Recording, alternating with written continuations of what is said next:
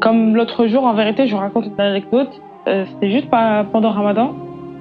Mon père il était dans la pâtisserie et il y a un Marocain qui rentre et il constate que mon père c'est un Sénégalais. Et le Marocain, il commence à parler Wolof avec mon père. Mon père il était choqué parce que voir un Marocain blanc qui parle Wolof, c'est quand même un peu bizarre et rare plutôt.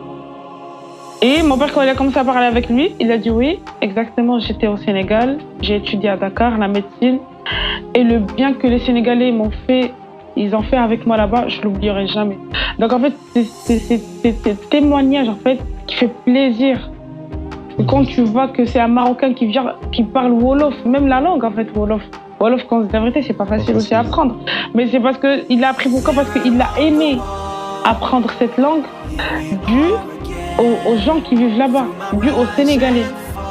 Donc essayons de passer de cette étape, que ça soit la coupe ou pas coupe, il y a des trucs plus importants. Bien sûr. Plus importants, vraiment.